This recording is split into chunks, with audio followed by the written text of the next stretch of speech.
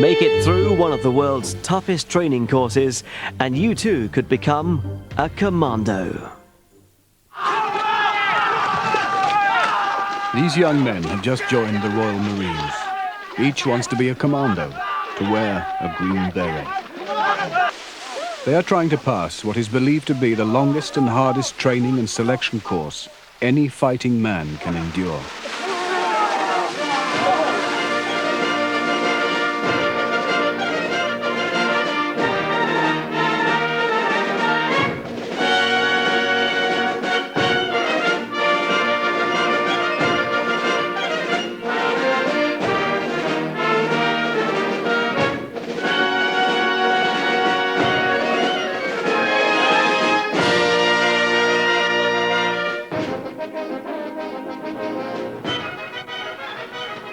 I, Richard James Martin. I, Dean Anthony Morris. I, Winford Carl Morris.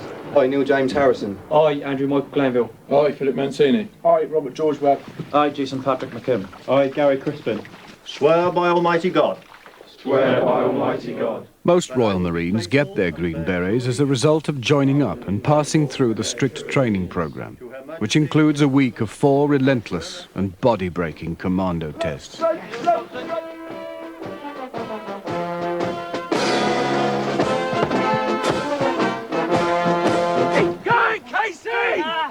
But some members of Britain's armed forces gain the beret by volunteering to take part in a short commando course, which involves the same stringent tests. Get him under.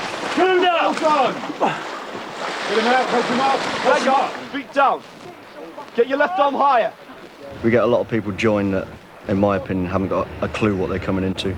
They're not prepared for it, they haven't prepared themselves for it, they're not mentally prepared or physically prepared. And those are the guys that we lose within the first 2 or maybe 1 to 2 weeks. Go now! Don't waste time. Go! Go! Come on, go! Go! They do go. push people a little bit, depending on what they see, I suppose. If they see a guy that can't hack it, they'll push him, and he'll break. Just go! Don't even think about it. Just go! Recruit Jafta badly wants to be a Royal Marine. Other recruits too will struggle during the course. Come on, get up! Back it over! Round it again! Come on, come on! Marines have been winning battles as part of the Royal Navy since 1664. But it was Churchill who fathered our modern commando forces by merging the fighting skills of naval Marines with Army commandos during World War II. Since then, Royal Marine Commandos have seen action in every major conflict. Their finest hour came in 1982, when they led the retaking of the Falkland Islands.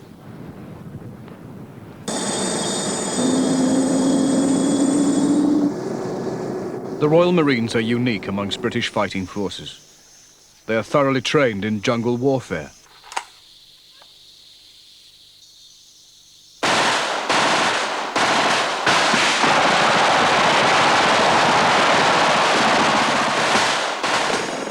Royal Marine Commandos are also one of the very few combat units to receive any regular Arctic warfare training.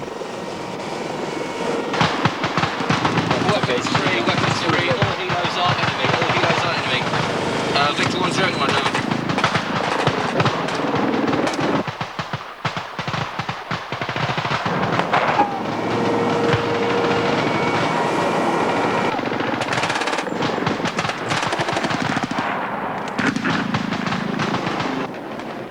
Lympstone, on the coast of Devon, where all wearers of the Green Beret are taught and tested. 100 training staff and 300 would-be commandos are based here. These men are soldiers who want to serve with elite Royal Marine units. They're taking part in the Commando course for trained soldiers and sailors. All are volunteers. This is a hard test. More than half will fail through injury. The injuries are unfortunate, but it's the way with the course. We can't wrap the people in cotton wool, and when you're tired, you lose your concentration, and you then take knocks and slips and tumbles and falls or whatever. This course lasts for 8 weeks and only takes men who are not Royal Marines. This group of 34 signed on a month ago. Now, just 17 remain.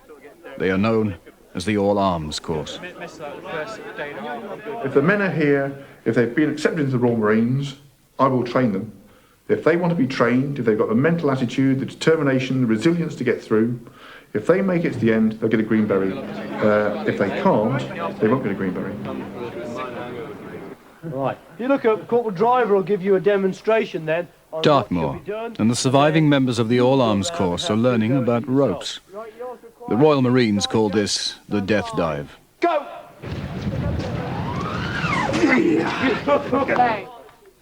Now that was last operationally used as an evacuation in Aden on an inland cliff, and it was a very fast method of evacuating. But one thing we did find with the old rundown was it was a damn good bottle tester. Yep. It found out whether you actually had the bottle or not to really be a commando, as opposed to just being an also-ran. There are now just 10 days to go before the actual commando tests begin, and the course staff are intent on weeding out the weak and timid. But you go ahead and you do it, because you put your faith and your trust in the kit and the equipment and the men who are asking you to do it. And that's all what it's part about wearing the Green Beret, is at the end of the day, you know, everybody else has done the same as you have, so you can rely on them, and when they ask you to do something, you know that they would do the same for you. Okay? Stand by. To stay on this course, each man must try the death dive twice. More effort.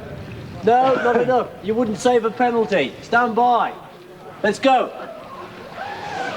No. All right. That's what you get for not doing it correctly, Sergeant Major. I was supposed to jump away from the rock and be let down and then lock off and jump back onto the rock. I tried to do it. I either did it wrong or I was locked off too hard. Bounced against the rock, in a sort of odd, at an odd angle, and sustained an injury behind my knee, and also an old ankle injury, which I did last year. That came back up, so I've had Achilles problems and problems behind my knee ever since. Just check him out. 1, 2, 3. Lovely. Okay, and what was your reaction to that? I need a clean pair of pants. Poole in Dorset, headquarters of the Special Boat Squadron, where all commandos learn the basics of amphibious warfare. These are new Royal Marines recruits. Most are teenagers just out of school. They are part of a batch of recruits who started training 9 months ago, and, like the All Arms course, they are in their final month of selection. Only 12 of an original intake of 27 remain. My name's Captain Page, and I'm the OC of the Landing Craft Wing down here at Royal Marines Poole. I'm sure that at the moment all of you are really only interested in getting a green beret on your head and surviving the commando course, yeah? You're not going to pass out with this troop if you break a leg or break an arm or injure yourself. And with boats and with the sea, that happens. It's real.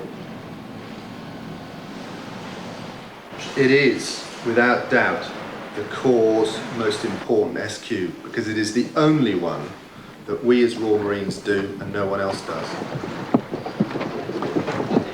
You can only tell people what the training here is like to a certain degree.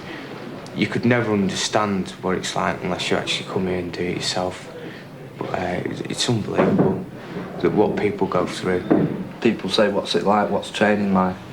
And you say, well, it's hard, and you do this, you get up that time. But unless you actually do it, you don't realise. It's relentless.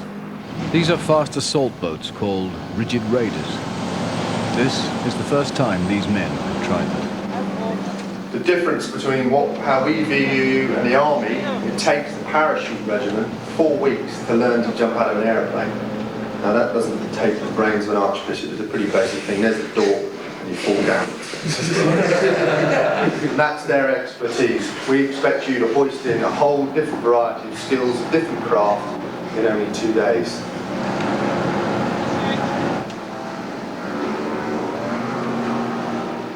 Always class it as the best to do. If you're going to do it, you've got to really go for the best. There's no point just joining anything else, really. The soldiers and sailors trying to pass the All Arms course are also finding out more about water. Keep your kits dry. It's close to freezing, raining hard, and they're all in full battle rig. First off, local knowledge.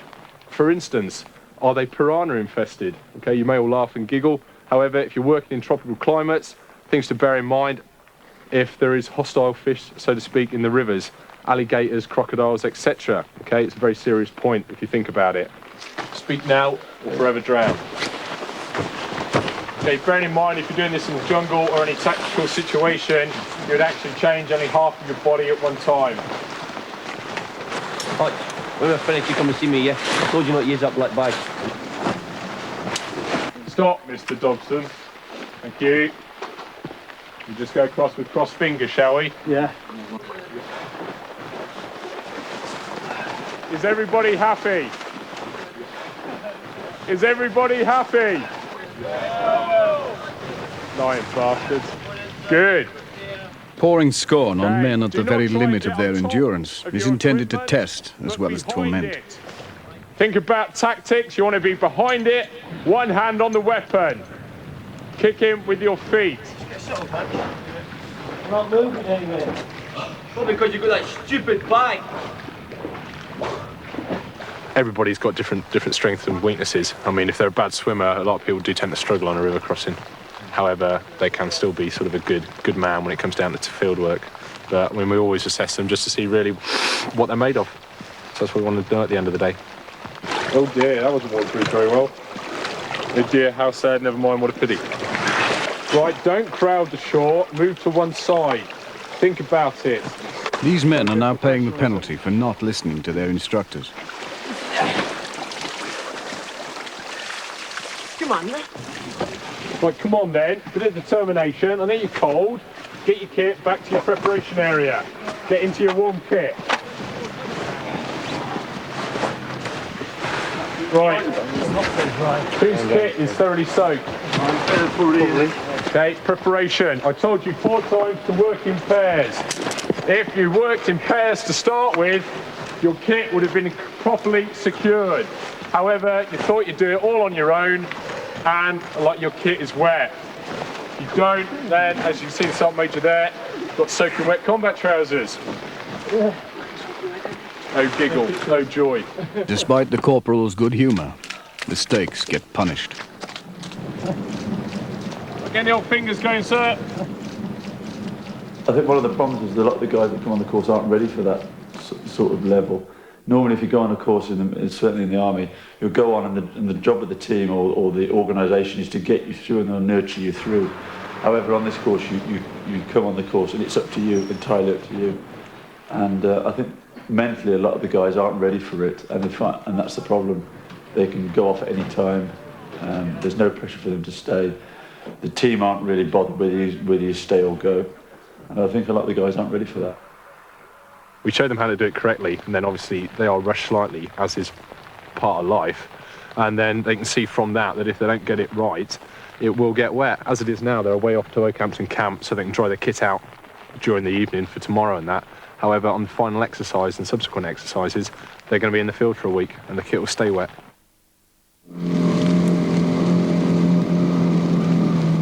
Much of what commandos do happens at night, so they must learn to work and fight in the darkness. It is a test exercise, and it is a pass or fail event, so obviously we're looking for a good effort all round. It's around 3 a.m, and the recruit's training commander, Lieutenant Gillies, briefs his men about an amphibious night raid. Fly around all the commando tests. They will attack a disused fort in Portland Harbour. The fort will be defended by an enemy, a training team armed with thunder flashes and blank-firing weapons. Right, so I've got Golden Day, next week, lines. Kelly, MD2 section, yeah. People think of Royal Marines as big, strong, roughy toughies, but only 20% of the training at Lympstone is physical, if you look at the overall 30-week syllabus. The other 80% are professional training, and I think mental and stamina training. One section is Bowdoin, Bailey, Holmes, Lyons, Potts, Wheatley. He will often be put in situations in a commander unit that are more mental than they are physical, where he's got to think on his feet and be able to react correctly. The route out from here, it's pretty simple. Move out of here, across man-made harbour. Okay, Spink. Recruit Spink is only 17 years old, but already he's been promoted to a senior recruit. The Marines call them diamonds. Now, for the first time, he's an acting section commander and will lead this raid. Those who are leading the sections, first thing to remember is that they're not section commanders, so really all I want to see from them is how they react under pressure. Stop firm where you are. 3 sections, stay firm there, 2 sections. Captain, push forward, clear blockade.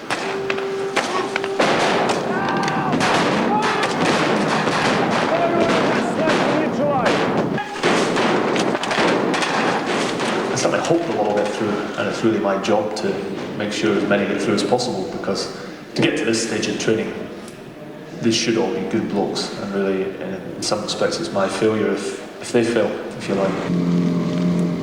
Training is dangerous, particularly when it is in darkness. The recruit troop has suffered an injury. Recruit Potts has fallen out of his raiding craft. Sit up and move backwards. They know we're medics and they try it on. Some of them try to play it like we're a soft touch, get off the exercise or get pampered. And they'll try and take you for a ride. The best thing is to not let them. Get a couple of painkillers, continue on the X, get an injury, More, got an injury, still have to carry on. Everybody says they'll carry on. But we'll see when we start doing the yomps. There's a vehicle move now to Perridge, which is just northwest of Exeter. Now he's got the injury, he'll be down. He won't be feeling like really fighting. So he's got to battle psychologically as well as physically. Young Potts, yeah, having survived the attack, twisted his ankle coming off the raider. I think he's going to be all right, though. The medic's seen him, and he's got a sprained ankle, but hopefully we'll be able to crack on with it.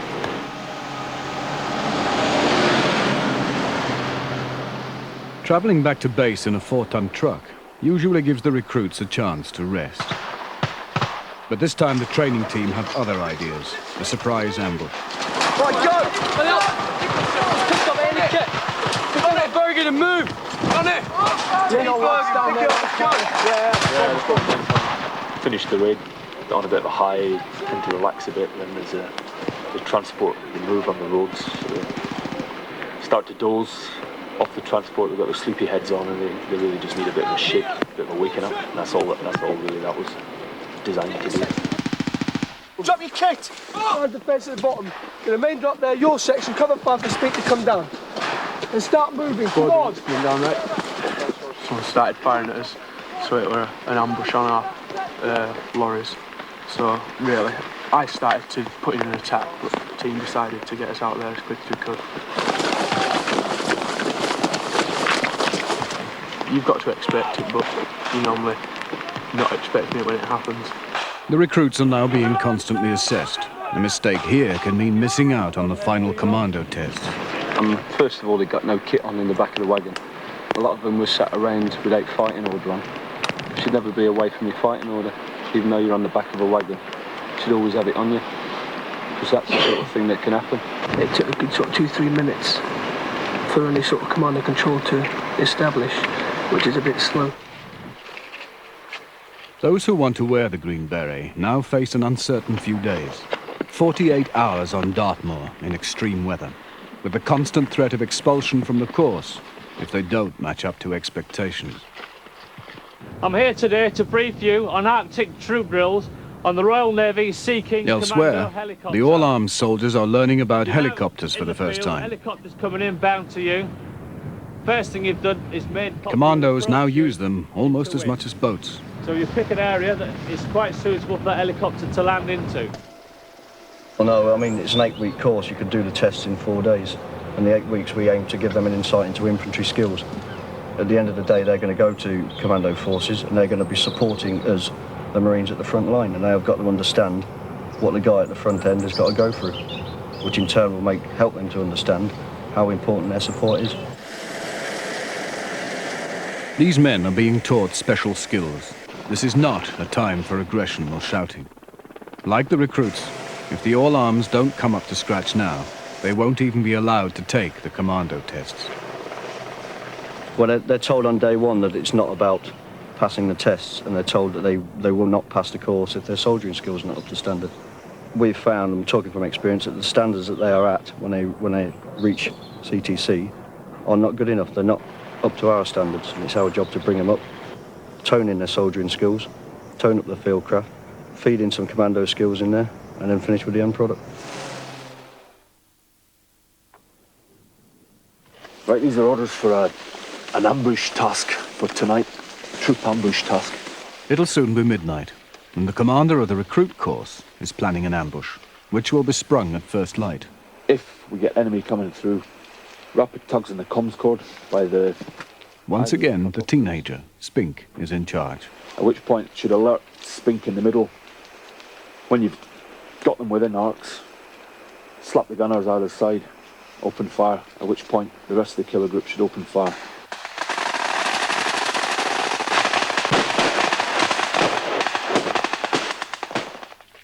Stop! Searchers! The initial success of Spink's ambush has been spoiled. One of the men playing the enemy has dived unnoticed into a ditch and is still armed and dangerous. Errors like this can only be made in training. Hey, what's it? In a real war, this could be fatal. He's dead. Yeah, now he is. We're looking for command, basically. Young Spink, he's only 17 years old, but he took command of the fire group. He sent out his searchers there. We're looking for good drills on the ground. We're looking for guys that can react to contact immediately. Recruit Spink believes he's passed the leadership test and feels able to criticize his men.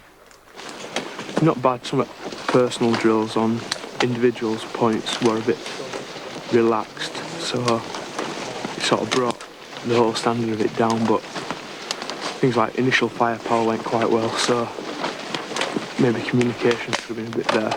There's patrols going out. Everyone stood to. Fucking meant today.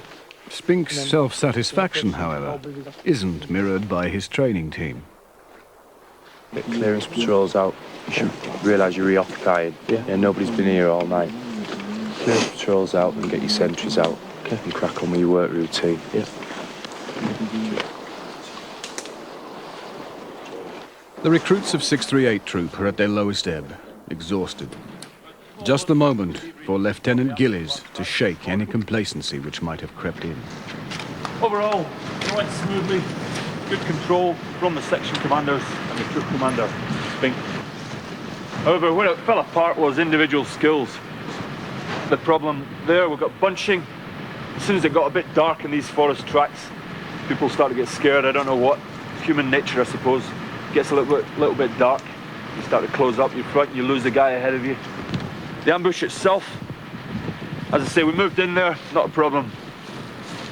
Once we're in there, virtually to a man, the whole troop rapped on me.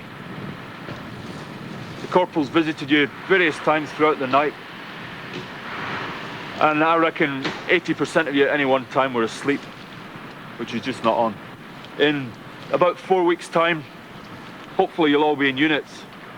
They won't put up with that sort of thing. It's up to you then. You won't have training teams to kick you up the butt. It's up to you yourselves.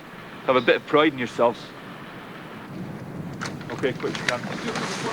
So, Lieutenant Gillies has now to deal with a far more serious matter.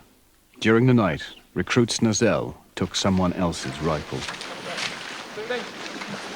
Snazel. I don't believe what you did last night. What were you on? Okay, you fell asleep, which is inexcusable. But it's one of those things. The training team found you asleep. You took your weapon, all right? One of those things that happens. You take a bollocking for it, you take it square on the shoulders. I don't believe that you stitched up. Basically, what you've done is stitch up your opal. You went and took someone else's weapon. Can you imagine what happened to you in a unit if you did that?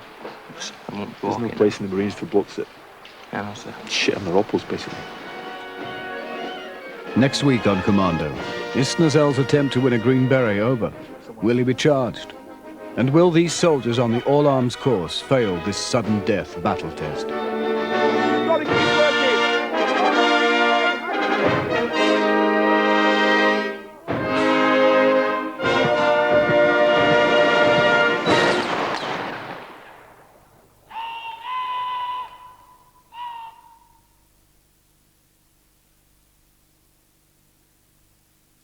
Your indispensable guide to what's on in the capital. On this week's Big City, lots of goodies.